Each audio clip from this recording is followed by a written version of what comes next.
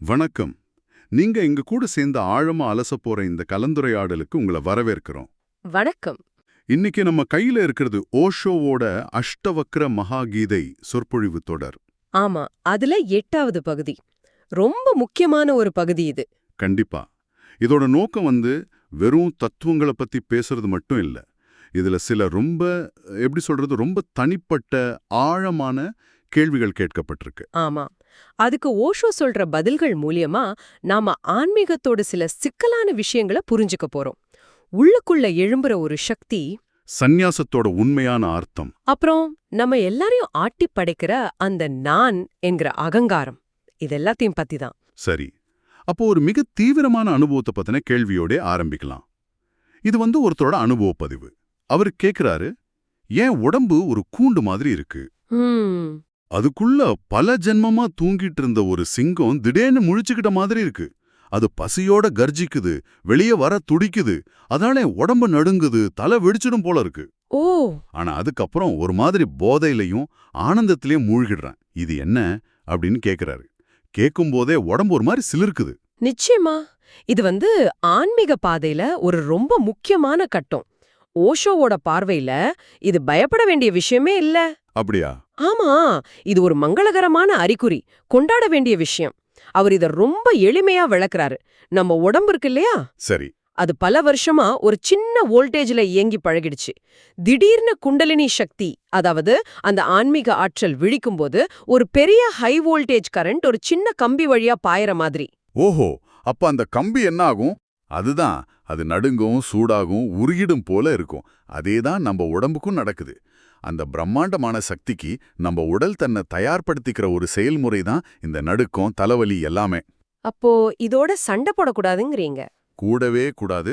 ஓஷோ சொல்றதாதான், சண்டையிடாதீங்க, அதுக்கு இடம் கொடுங்க, ஒத்துழைங்க. இது கொஞ்சம் ஆச்சரியமா இருக்கு. ஏன்னா ஆன்மீகம்னா அமைதி, ஆனந்தம்னு தானே நாம பொதுவா நினைக்கிறோம். ஆனா இங்க ஒரு பெரிய உள் மன போராட்டமே நடக்குது. சரியான பாயிண்ட். அந்த அமைதி இந்த போராட்டத்துக்கு அப்புறம் தான் வரும். இதுக்கு ஓஷோ ஜிட்டு கிருஷ்ணமூர்த்தியோட வாழ்க்கையிலிருந்து ஒரு உதாரணம் சொல்றாரு. சொல்லுங்க. கிருஷ்ணமூர்த்திக்கு ஞானம் கிடைச்சதுக்கு அப்புறம் கூட சுமார் 40 வருஷம் கடுமையான உடல் ரீதியான துன்பங்களை அனுபவிச்சாராம். 40 வருஷமா? ஆமா, ராத்திரியில திடீர்னு கத்துவாரு, உடம்பெல்லாம் முறுக்கிக்கும், தாங்க முடியாத தலைவலி வரும். காரணம், அவரோட உடல் அந்த உயர் சக்திக்கு தயாராகிறதுக்கு முன்னாடியே அவரை ஞானத்தை நோக்கி வேகமா தள்ளிட்டு போயிட்டாங்க. அப்ப அந்த உடல் தன்னைத்தானே சரி செஞ்சுக்க இவ்ளோ வருஷம் எடுத்துக்கிட்டது. ஆமா, அது ஒரு ஆழமான மறுசீரமைப்பு. இதுக்கு இன்னொரு கதை கூட சொல்வாரு, பழைய ஏற்பாட்டுல வர யாக்கோபின் கதை. ஓ, கடவுளோட மல்யுத்தம் செய்வாரே அதுவா? அதேதான். ராத்திரி முழுக்க கடவுளோடு மல்யுத்தம் செய்றான். கடைசில அவன் தோத்து போய் சரணடையும் போது கடவுள் அவனை ஆசீர்வதிச்சு இஸ்ரேல்னு புது பேர் கொடுக்கறாரு. இஸ்ரேல்னா கடவுளுடன் போராடியவன் அர்த்தம்னு படிச்சிருக்கேன். கரெக்ட். அது மாதிரி தான் உள்ளுக்குள்ள எழும்புற அந்த சிங்கமும் கடவுளோட சக்தி தான். நீங்க சண்டை போடுற வரைக்கும் துன்பம், எப்ப சரணடைறீங்களோ அப்போ அதுவே ஆனந்தமா, ஆசீர்வாதமா மாறுது. புரியுது. இந்த சரணடைதல்ங்கிற கருத்து அடுத்த கேள்விக்கு நம்மள அழகா கூட்டிட்டு போகுது. சந்நியாசம் பத்தி ஒருத்தர் கேக்குறாரு. அர்ப்பணிப்போ இல்ல, அப்படி இருக்கும்போது எனக்கு எப்படி சந்நியாசம் கிடைச்சது? இது ஒரு மாதிரி குற்ற உணர்ச்சியிலிருந்து வர்ற கேள்வி மாதிரி தெரியுது. ஆமா, ஆனா ஓஷோவோட பதில் அந்த நபரோட இப்போதைய மனநிலைய மட்டும் வச்சு சொல்லப்படல. அவர் ஒருத்தரோட பல ஜென்மங்களோட பயணத்தையே பாக்குறாரு. ஓ, பல ஜென்மங்களையா? ஆமா, சிலருக்கு சந்நியாசம் கொடுக்கறது அவங்க இந்த ஜென்மத்துல செஞ்சதுக்காக இல்ல, பல ஜென்மமா அவங்க செஞ்ச தேடல, அவங்க மறந்து போன பழைய நினைவுகளை தூண்டி விடுறதுக்கு தான். அது ஒரு ரிமைண்டர். அப்படியானா இந்த காவி உடை, மாலை, தியானம் இதெல்லாம் ஒருத்தரோட ஆழ்மனசுல தூங்கிட்டு இருக்கிற நினைவுகளை தட்டி எழுப்புற கருவிகளா? துல்லியமா, வெறும் கருவிகள் தான். இதுக்கு ஓஷோ சொல்ற ஓமை ரொம்ப அருமையா இருக்கும். சொல்லுங்க. 2ஆம் உலகப் போர்ல தலையில அடிபட்டு நினைவை இழந்த ஒரு சிப்பாய பத்தி சொல்றாரு. அவனுக்கு பேரு, ஊரு, குடும்பம்னு எதுவுமே ஞாபகம் இல்ல. சரி. அவனுக்கு உதவ அவனை ஒரு ரயில்ல ஏத்தி இங்கிலாந்து முழுக்க சுத்தி காட்டுறாங்க. பல ஊர்களை கடந்தும் அவனுக்கு எதுவும் ஞாபகத்துக்கு வரல.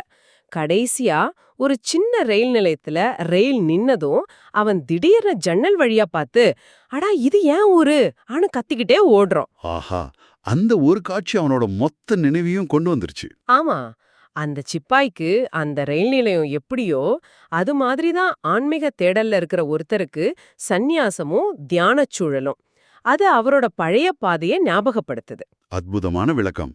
அப்போ எனக்கு தகுதி இல்லைன்னு நினைக்கிறதே ஒரு விதத்துல தகுதிதான் சொல்றீங்களா? காட்டுது. அது நிரப்பப்பட காத்துக்கிட்டு இருக்கிற ஒரு காலி பாத்திரம் மாதிரி. அகங்காரத்தால நிறைஞ்ச பாத்திரத்துல எதையும் ஊற்ற முடியாது இல்லையா? கரெக்ட். இந்த காலி பாத்திரம்ங்கிற விஷயம் அஷ்டவக்ர கீதையோட மைய புள்ளிக்கு நம்மள கூட்டிட்டு வருது. அதுதான் நான் இல்லனா அகங்காரம். ஆமா. இப்போ ஒரு முக்கியமான கேள்வி ஒருத்தர் கேக்குறாரு, நீங்க நான் இந்த கணமே முக்தி அடைஞ்சவன்னு சொல்றீங்க. ஆனா இந்த நான்ல இருந்து நான் எப்படி விடுபடுறது? இந்த கேள்வியே ஒரு முரண்பாடா இருக்கு. நான் எப்படி நான்ல இருந்து விடுபட முடியும்? இதுதான் அஷ்டவக்ர கீதையோட மொத்த சாராம்சம். இந்த கேள்வியில இருக்கிற எப்படிங்கிற வார்த்தைய கேட்ட உடனேயே நாம அஷ்டவக்ரோட பாதையிலேருந்து விலகிடுறோம். விலகிடுறோமா? எப்படி? ஆமா, நாம பதஞ்சலியோட பாதைக்கு போயிடுறோம். பதஞ்சலி ஒரு விஞ்ஞானி மாதிரி. அவர் செய்முறைகளை, அதாவது மெத்தட்ஸ சொல்லுவாரு. இயமம், நியமம், ஆசனம்னு படிப்படியான பயிற்சிகள் கொடுப்பாரு. அது ஒரு நீண்ட பயணம். ஆமா, ஆனா அஷ்டவக்ர சொல்றது முற்றிலும் வேற. அவர் சொல்றாரு, நீங்க கட்டுப்பட்டு இருக்கிறதே ஒரு மாயை.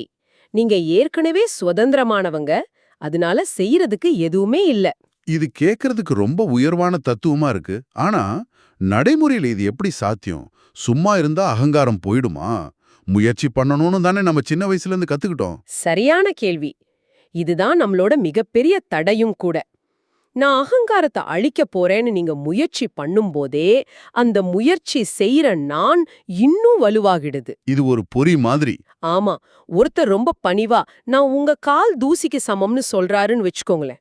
நீங்க அவர்கிட்ட ஆமா நீங்க சொல்றது 100க்கு 100 சரின்னு சொன்னா என்ன ஆகும்? கோபம் வந்துரும். உடனடியா கோவம் வரும்.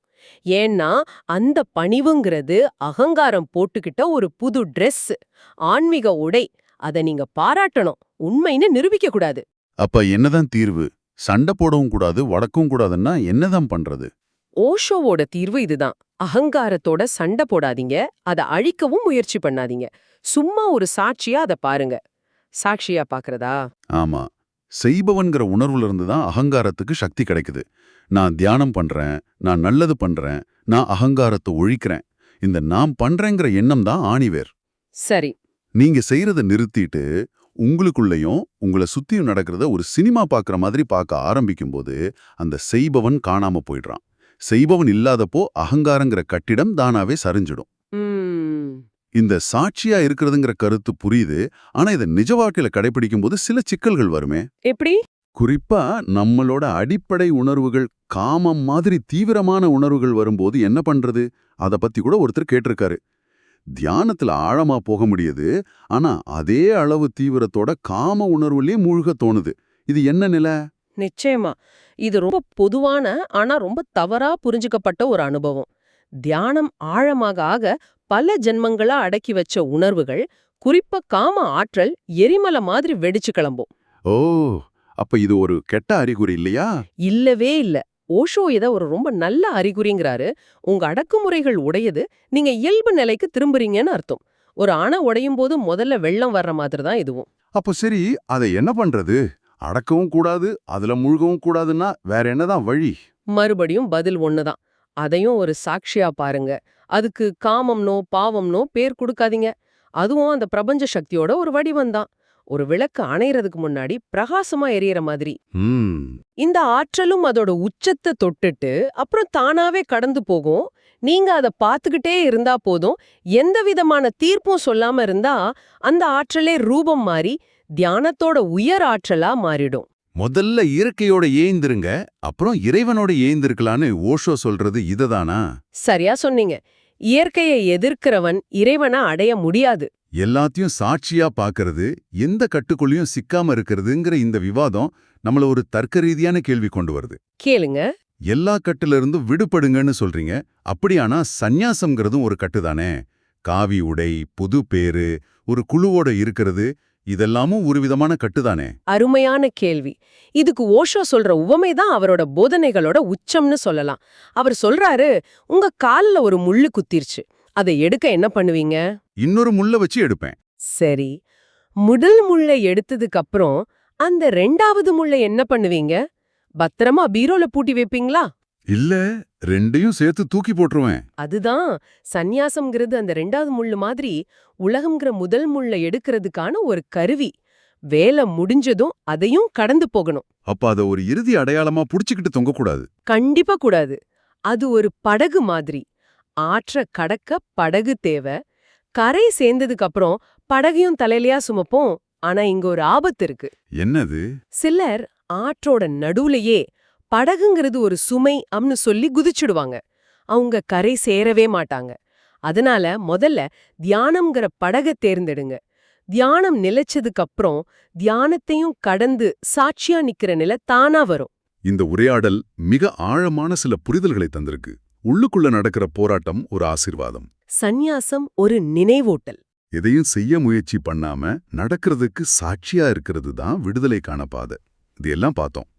இறுதியா ஜெயாங்கிற ஒரு பெண் கேட்ட ஒரு கேள்விக்கு ஓஷோ சொன்ன பதிலோட முடிக்கலாம். அவ கேக்குறா, நீங்க என் மடிய நிரப்பிட்டீங்க, ஆனாலும் நான் காலியாவே இருக்கேன். ம், அதுக்கு ஓஷோ சொல்றாரு, உன்னை காலி ஆக்குறது தான் என் முழு முயற்சியும். நீ எப்போ முழுமையா காலியாகிறியோ அப்பதான் பரமாத்மா உனக்குள்ள முழுமையா இறங்குமா. ஞானி ஏக்நாத் தன் குருவுக்கு ஒரு வெறும் காகிதத்தை கடிதமா அனுப்பினாராம். வெறும் காகிதத்தையா? ஆமா. அத படிச்சுட்டு அவங்க ஆனந்த கண்ணீர் வச்சாங்களாம். அந்த வெறும் காகிதத்தை படிக்க கத்துக்கிட்டா நாம எல்லாவற்றையும் கத்துக்கிட்ட மாதிரி தான். ரொம்ப ஆழமான கருத்து. இப்போ உங்களுக்காக ஒரு சிந்தனை. செய்பவன்கிற அகங்காரம் தான் எல்லாத்துக்கும் காரணம்னு பார்த்தோம். ஓஷோ சொல்ற ஒரு கதை இது. ஒரு பெரிய யானை ஒரு மரப்பாலத்தை கடக்கும்போது பாலும் ஆடிச்சான். சரி. அதன் தும்பிக்கையில உட்கார்ந்திருந்த ஒரு ஈ, ஆஹா நான் தான் இந்த பாலத்தையே ஆட்டுறேன்னு பெருமைப்பட்டுக்குச்சான். அது மாதிரி தான் நம்ம அகங்காரமோ. உங்க வாழ்க்கையில இத நான் செஞ்சேன், இது ஏன் சாதனைன்னு நீங்க பெருமைப்பட்டுக்கிற எந்த விஷயம் உண்மையில அந்த வாழ்க்கைங்கிற யானை தானா நகர்றதால நடந்ததா இருக்கலாம். யோசிச்சு பாருங்க.